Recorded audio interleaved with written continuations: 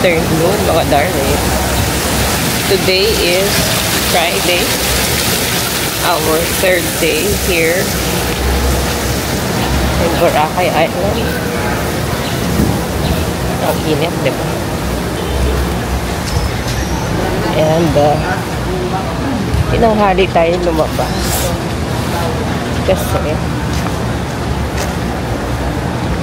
late na ako natulog din. Paglabas, pagising ko, lunch na mga darling. And so it's the weekend. Saka na natin na maraming tao. And now we're actually heading to another buffet lunch. And it's pasok sa budget na buffet lunch sa may Station 3 banda. Bambuya tayo. Samahan niyo ako mga darling. Balikan ko kayo pagdating doon. See ya! Hello mga darling. Kulas ba tayo? We tried this buffet dito sa Lipa. And it's actually 300 pesos for a lunch. So merong fish, dating na bangus, chicken, para siyang niluto sa mata. And watermelon. May juice sila. Tignan natin yung lasa. Paano lumalaban ba na. Yung chicken nila parang tinola na lagyan ng gata.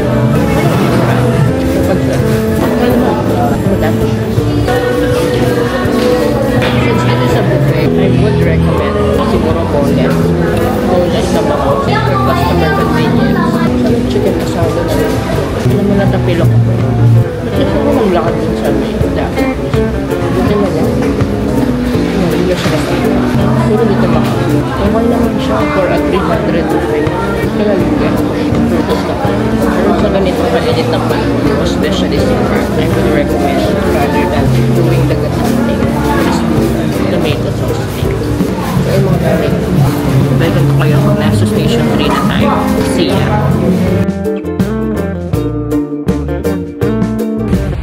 Ayan, mga darling, kasama na natin si Walk with Ganda. Apakaganda. And sobrang Filipina. Hello po. Follow niyo po siya. She will give you the best advice about confidence. Best advice. And that's my problem. Yung confidence. So, kailangan ko yun. Wala pa ako ganon. Wala pa ako sa ganon. Kaya, ayun. Ayan. Thank you so much. Napakabait mo. Nice meeting you. You too. Enjoy your vacation. Okay. Bye-bye. Salamat. So, ayan mga darling. We are at almost the end of Station 3. Actually, dito tayo sa may tapat na The Ohana. It's a very luxury type of resort dito sa Station 3 Boracay. And we will try to get to that end point of Station 3. Actually, wala na talaga rito crowd. So, if you really are a type of person na gusto ng tahimik, ayan, dito tayo sa Station 3. Tapos makikita mo na halos yung mga bangkang activities. Doon sila tumatambay. Very hot. But I'm gonna take you there, mga darling. Samahan niyo ako. I think this is what they call the angle point. And, diba? Kung introvert ka, this is the perfect station here in Boracay for you. And, tingnan mo. And, darling. Diba? Napakalinis. And the only thing is that syempre mainit, darling. Sa dagat ka eh. So let's go to this part May mga stone or rock formation. Since medyo low tide pa.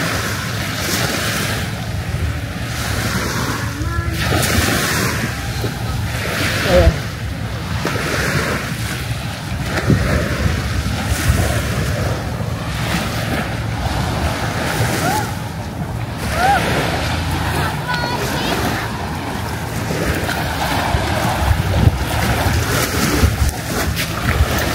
Ayan. So, finally made it to Angle Point.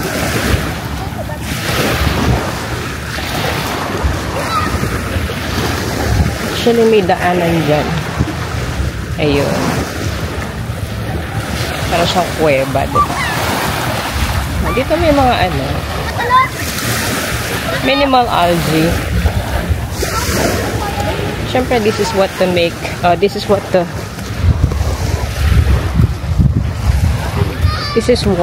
makes the beach white. Ayan. Diba? Napakaganda mga darling. Blue skies, blue seas, everything.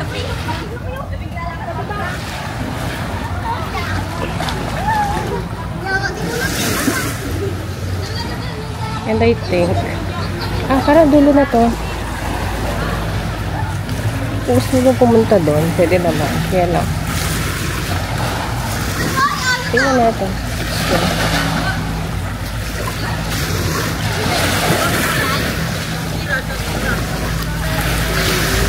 So, yung tapilok ko kanina, mga darling. Medyo nag-okay-okay na siya. Buti, hindi masama yung pagkakabagsak. Tapilok lang. Tanga may hukay pala dun sa sa may front beach. Pa ako dumaan doon. So, yun. So, like, say for example, you're gonna take a vacation here in Boracay and may isang araw kayo na gusto nyo chillax lang. You can walk all the way to Station 3. And then, lampasan nyo lang yung mga rock formations doon. And then, marami kayong mapagtatambalan. Just bring, siguro, inumin to hydrate you. And, some snacks para hindi kayo magutom. Kasi medyo wala na mga stores dito. And, puro bato na yung makikita nyo.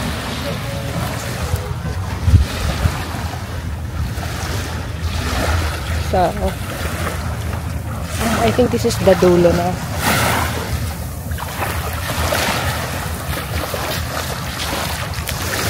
So, we're gonna have to head back. Ilan lang natin.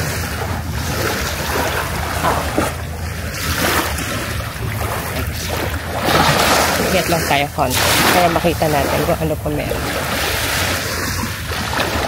And this time, we have to be very, very careful. Baka matapilok na naman. Okay. So, this is the last.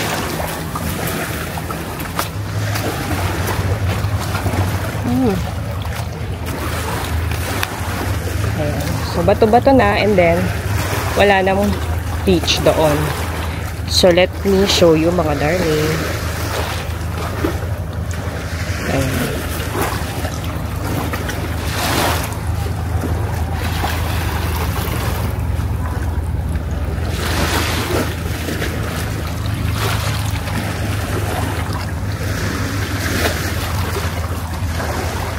Dami mga isda, oh. Since wala masyadong tao dito, mga darling, makikita mo na yung mga isda. Nandiyan sila. But if you cannot see it, so, pasensya na po. So, this is the end of Angle Point and the end of Station 3.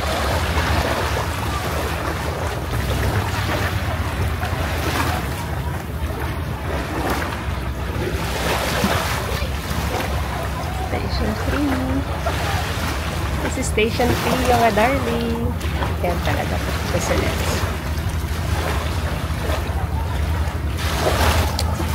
So, ayun mga darling, babalik na tayo. Bababa muna ako. Tamang baba lang. Para iwas ako na. Hindi ako mabasa eh. Nagkakabuhangin yung pa ako. Ang dulo ng Station 3. Parang may kuweba dito. Ayan. Diba? Parang may kuweba. And medyo tumataas yung alo.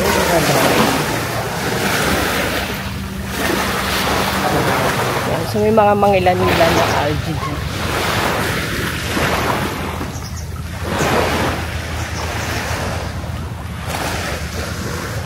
So why I decided to walk from Station 2 to the farthest end point of Station 3. Unang-una, parang feeling ko mabigat yung katawan ko that I have to, alam mo yun, kailangan kong pagpawisan.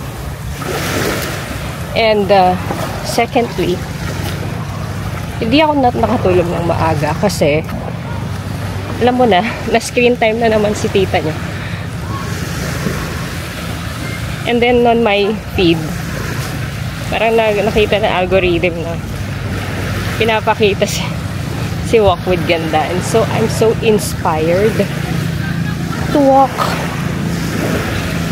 Kasi if you haven't asked, tamad ako mga darling. Masipag lang akong maggagala, pero tamad akong mag-exercise. Tamad akong maglakad.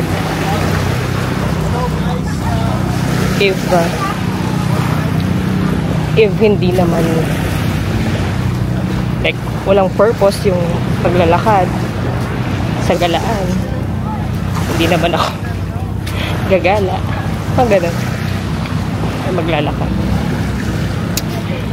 So kahit na tanghaling tapat, we're gonna time check. It's palagay ko mga 1 o'clock kasi nag-lunch ako kanina sa buffet, Bamboo Buffet lunch. And sakto lang. It's not something that I went crazy about. Sakto lang siya. And kanina syempre wala pa akong kain. That's my first meal of the day, so gutom ako. And then ayun, hindi ako masyadong, feeling ko for me lang ha, sorry po, pero for me hindi ko siya nasulit because you know, ay Makapampangan. Daan tayo sa cave. So this is the cave that you have to go under here in Anggol Point. Lampasan na natin ang cave. Makapampangan. Of course, I'm going to criticize every cuisine in the country. That's what my genes is telling me. So, yun. And then, sabi ko, para yung kinain ko bumaba naman, maglalakad muna ako until Station 3. And na-check na natin yan sa ating bucket list mga darling. Ang endpoint ng Station 3, the Anggol Point. Ayan, walang tao. So how can you say that this is Boracay on summer? Tsaka malapad ang beach.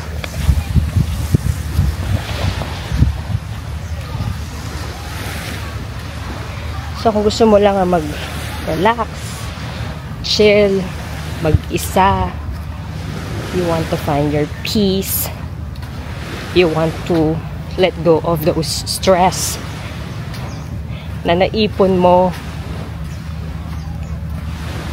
while at work, go lang. And I would recommend, strongly recommend, Station 3. Alam mo, kung may budget ka lang, mga darling, you can check in at the Ohana family. Diba? Para di na ganun kalayo yung lalakaran mo. Tapos, if you wanna go get some food, mag-e-trike ka na lang sa main road going to Station 2.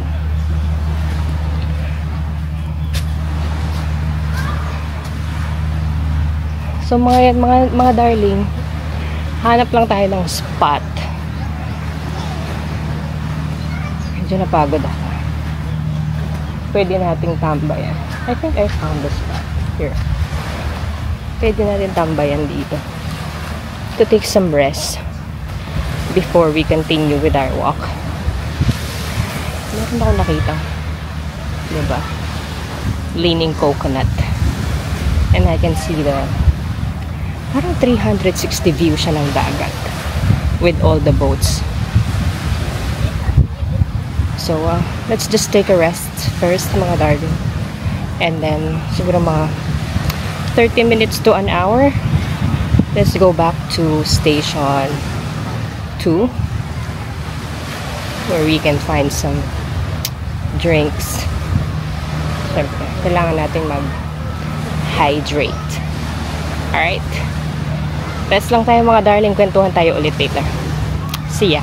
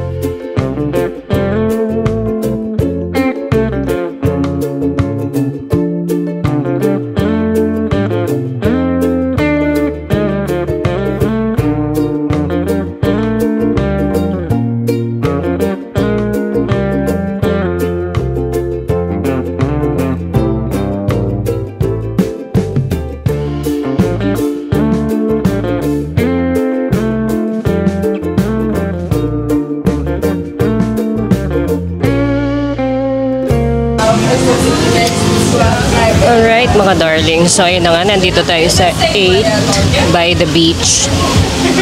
Dito tayo mag-happy hour for today's video. Titingin tayo ng food na pwede. Dito na tayo siguro abutan na tayo ng dinner dito. And abangan natin yung sunset dito. So, my first order of business is Long Island iced tea. Walang sisig nila, ha? $4.95. Pero sige. Tingnan pa natin. Pancit gisado. Sige, orderin natin yung original, authentic pork sisig. Para at least meron tayong food na kinakain while we are having our happy hour. Abangan natin yung sunset, mga darling. We are eating the sisig. Insert na ako ng picture ng sisig dyan.